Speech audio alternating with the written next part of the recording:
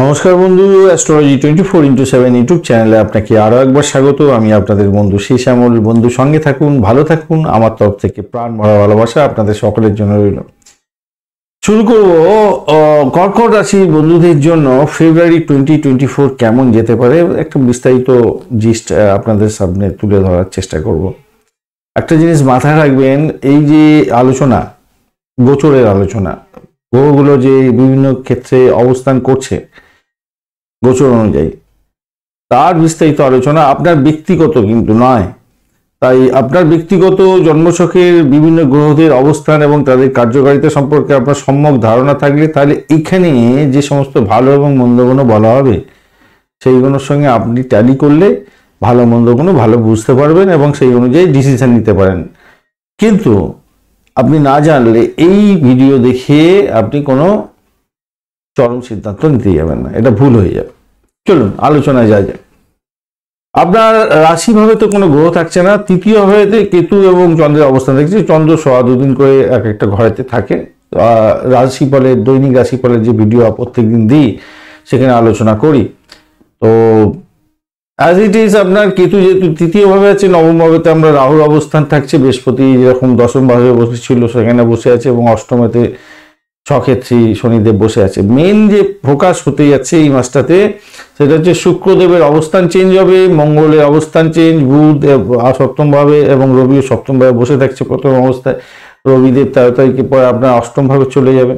তো মঙ্গলের 5 তারিখ থেকে আপনার হচ্ছে গিয়ে সপ্তম ভাবেতে প্রবেশ করবে, আর শুক্রদেবও 12 তারিখের পরে আপনার সপ্তম ভাবেতে গমন করে যাবে। এইরকম একটা পরিস্থিতিতে যদি দেখা যায় তাহলে দেখা যাবে এই মাসটা আপনাদের ক্ষেত্রে কিছুটা অনুকূল।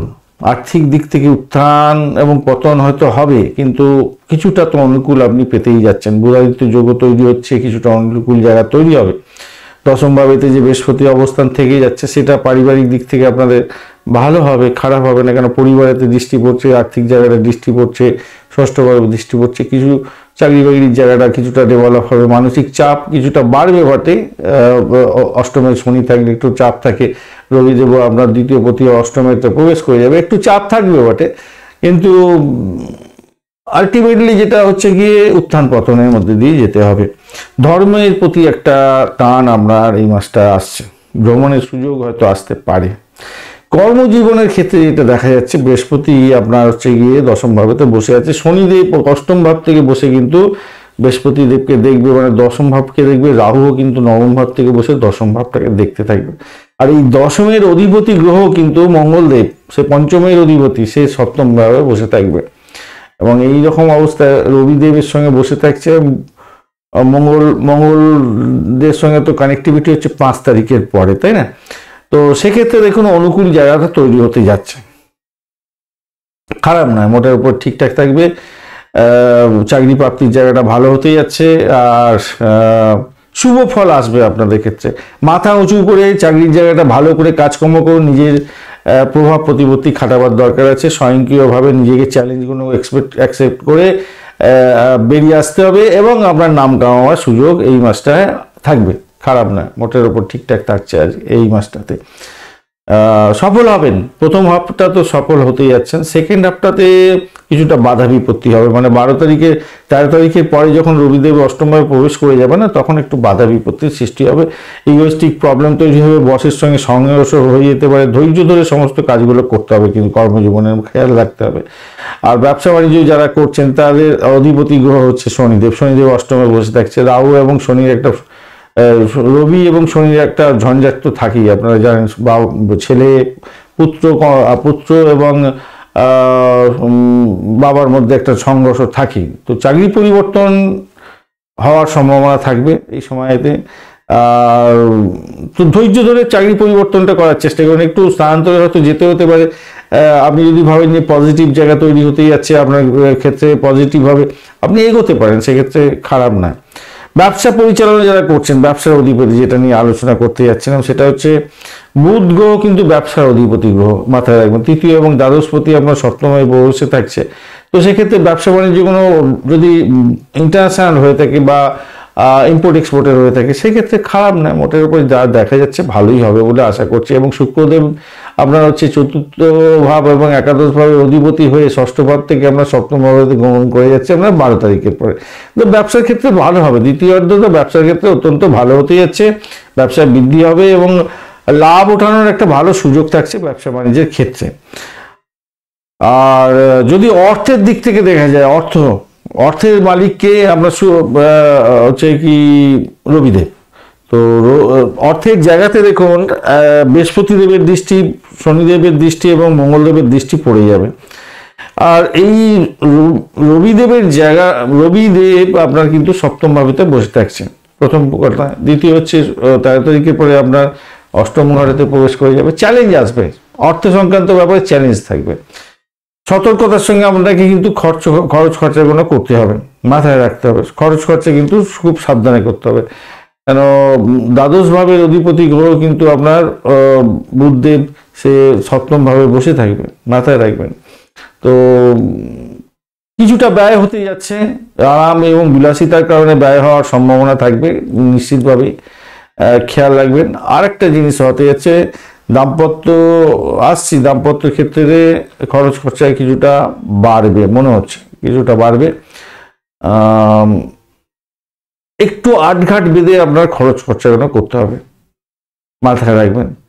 প্রেম সংক্রান্ত ক্ষেত্রে যারা যুক্ত আছেন তাদের ক্ষেত্রেও কিছুটা ব্যয় হওয়ার সম্ভাবনা থাকবে, কিছু আপনাকে ওই খরচ খরচা করতে হতে পারে, গিফট দিতে হতে পারে, ইত্যাদি ইত্যাদি খরচ খরচা হবে। আর্থিক দিক থেকে অবস্থার উন্নতি যেমন দেখাবে, হ্যাঁ উন্নতিও হবে, কেন আপনার ষষ্ঠ ভাবের অধিপতির সঙ্গে বসবে বুধদেব, তো সেক্ষেত্রে কিছুটা ষষ্ঠ ভাবের অধিপতি বলছি, আপনার একাদশ ভাবের অধিপতি এবং আমরা চতুর্থ ভাবের অধিপতি গ্রহ শুক্রের সঙ্গে 12 তারিখের পরে বুধের অবস্থান থাকছে।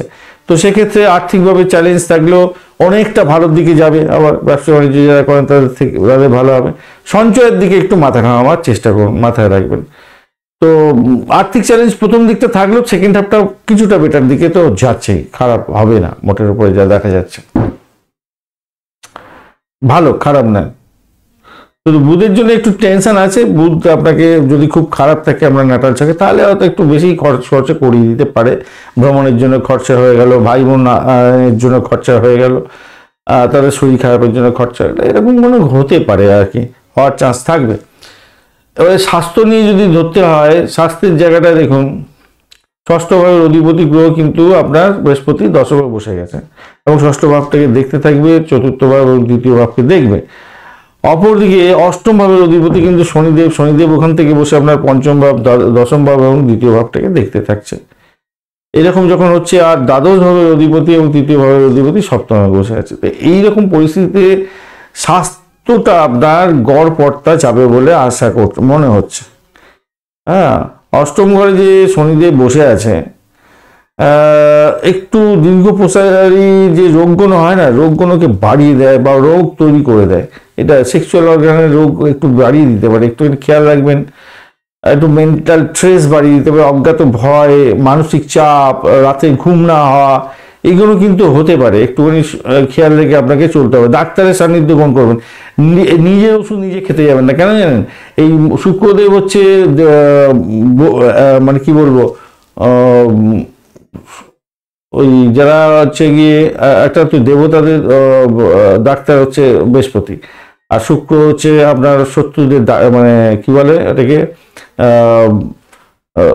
দেবতাদের ডাক্তার, আর হচ্ছে গিয়ে ওষুধদের ডাক্তার। তো ওষুধদের ডাক্তার সে কি করবে, উপভোগ করার চেষ্টা করবে, বুধের সঙ্গে বসে যাবে, আর বুধ একটু উপভোগ করার চেষ্টা করবে, নিজের ওষুধ নিজে খেয়ে সমস্যা সংকুল জায়গা তৈরি করে ফেললেন।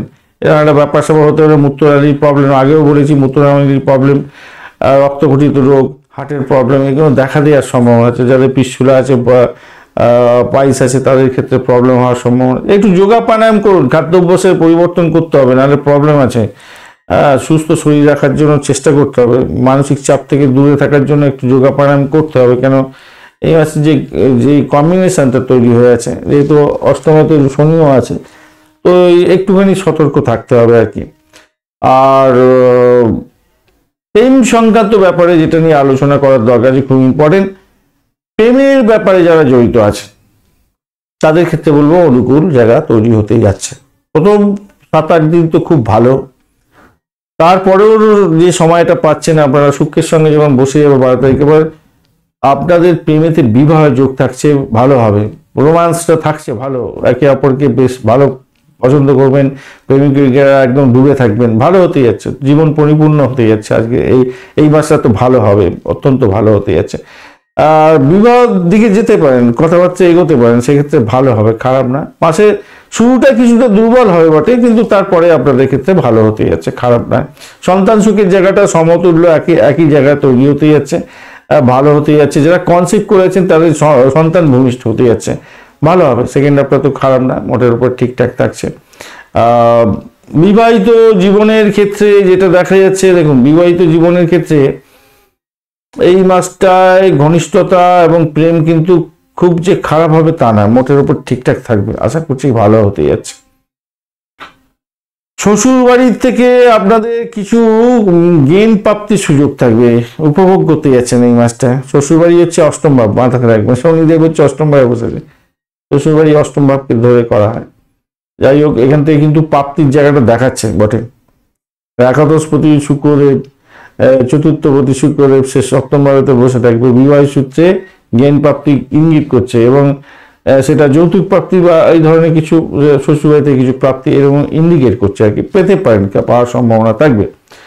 এবার চতুর্থ ভাব নিয়ে একটু দেখা যাক। চতুর্থ ভাব হচ্ছে আপনার নিজের ঘর, বাড়ি পরিবেশ, আর দ্বিতীয় ভাব হচ্ছে পরিবার বা পরিবারের সদস্য।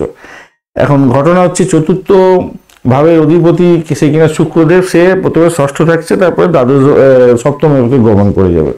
তো যখন চতুর্থ ভাব থেকে ষষ্ঠ ভাবেতে বসে আছে চতুর্থ ভাবের অধিপতি এবং একাদশ অধিপতি, তো সেখানেতে বৃহস্পতির একটা দৃষ্টিও পড়ছে। তো স্বভাবতই আপনার পারিবারিক জীবনে একটু শান্তি শৃঙ্খলা বজায় রাখার জন্য চেষ্টা করুন, কেন ষষ্ঠভাবে শুক্র বসে থাকলে একটা সমস্যা হতে থাকে, শত্রু বৃদ্ধি হতে পারে পারিবারিক জীবনে, কিন্তু সেইটা থেকে বেরিয়ে আসবেন। বৃহস্পতি একটা দৃষ্টি পড়ছে, বৃহস্পতি ঘরে বসে থাকছে। এখন ঘটনা হচ্ছে না, বৃহস্পতি আর শুক্রের মধ্যে একটা ঝঞ্ঝাট আছে, দুজনে মিলে কেউ কাউকে দেখতে পারে না।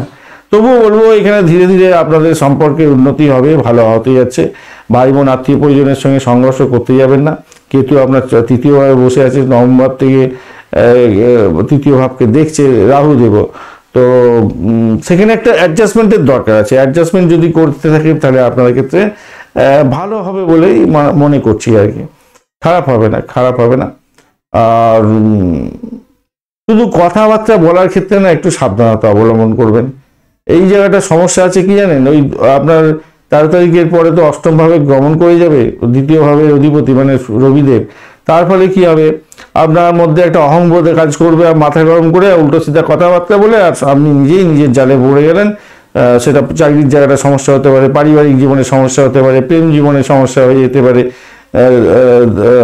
বাড়ির পরিবারের মধ্যে সমস্যা তৈরি হয়ে গেল, বুঝতে পেরেছেন? তো এইরকম একটা ব্যাপার, চ্যালেঞ্জের মুখোমুখি হয়ে যেতে হবে হয়তো।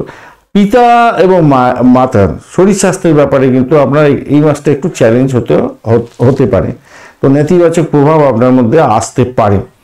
আচ্ছা, যারা চাকরি বাকরি জন্য চেষ্টা করছেন তাদের ক্ষেত্রে ভালো, আগে আলোচনা করেছি, আর এখন বিস্তারিত যাব না। ঘটনাক্রমে আমি বলবো, দেখুন এই যে সমস্যা আছে না, অষ্টম ভাব সপ্তম ভাবে এই যে একটা ভালো খারাপ মন্দ এই সমস্ত যে প্রভাবগুলো পড়বে, আপনাকে বলবো মহামৃত্যুঞ্জয় মন্ত্র জপ করুন শরীর স্বাস্থ্যের ব্যাপারে, বড় ধরনের ঝটকা আসতে পারে। আর শ্বশুর বাড়ি থেকে প্রাপ্তির যোগ যেমন আছে, আবার বলছি ঝগড়াঝাটিরও ব্যাপার থাকবে, এই জায়গাটাও থাকছে, প্রাপ্তির যোগও আছে, ঝগড়াঝাটিরও ব্যাপার আছে। আবার সেই কারণের জন্য আমি বলবো যে আপনারা হনুমানজি মন্ত্র জপ করুন বা হনুমান চালিসা প্রত্যেকদিন পাঠ করুন, সেটা আপনাদের ক্ষেত্রে ভালো হবে আর কি। এছাড়া আমি বলবো এই মাসে না আপনারা প্রত্যেক দিন রবিদেবকে একটু শান্ত করার চেষ্টা করুন, রবিদেবের বীজ মন্ত্র বা প্রণাম মন্ত্র জপ করুন। অর্ঘ্য দিন রবিবার প্রত্যেক দিন দিতে পারেন সকালবেলা, এটা তামার পাত্রে গঙ্গা জল নিয়ে জবা ফুল দিয়ে অর্ঘ্য দিন সকালবেলা পূর্ব দিকে মুখ করে, বা আমি তো রবিদেবের বীজ মন্ত্র প্রণাম মন্ত্র রবিবার বলেই দিই, প্রত্যেক দিনই তো আমি একটা করে মন্ত্র বলে দিই প্রত্যেকটা দেবতা। তো আপনারা সেটাকে ফলো আপ করার চেষ্টা করুন, নেতিবাচক প্রভাব থেকে দূরে থাকবেন এবং ভালো হবে, আশা করছি ভালো হবে। বুঝতে পেরেছেন? আরেকটা জিনিস মাথায় রাখবেন, যারা ফিল্ম ইন্ডাস্ট্রির সঙ্গে রিলেটেড কাজকর্ম করেন, ফিল্ম ইন্ডাস্ট্রি, তাদের ব্যবসা বাণিজ্য খুব ভালো চলবে, ভালো দেখতে পাচ্ছে, খুব ভালো হতে যাচ্ছে। ক্রিয়েটিভ জগতের ক্ষেত্রে তো ভালো হতে যাচ্ছে। ধন্যবাদ ভিডিওটি দেখার জন্য। ভিডিওটি যদি আপনাদের কাজে লেগে থাকে তাহলে অবশ্যই লাইক, শেয়ার, কমেন্ট করতে ভুলবেন না। চ্যানেলটি সাবস্ক্রাইব করে রাখুন, বেল আইকনে ক্লিক করে রাখুন, অল নোটিফিকেশন চুজ করে রাখলে সমস্ত ভিডিওর আপডেট আপনার কাছে নোটিফিকেশন হিসাবে চলে যাবে। বন্ধুর সঙ্গে থাকুন, ভালো থাকুন।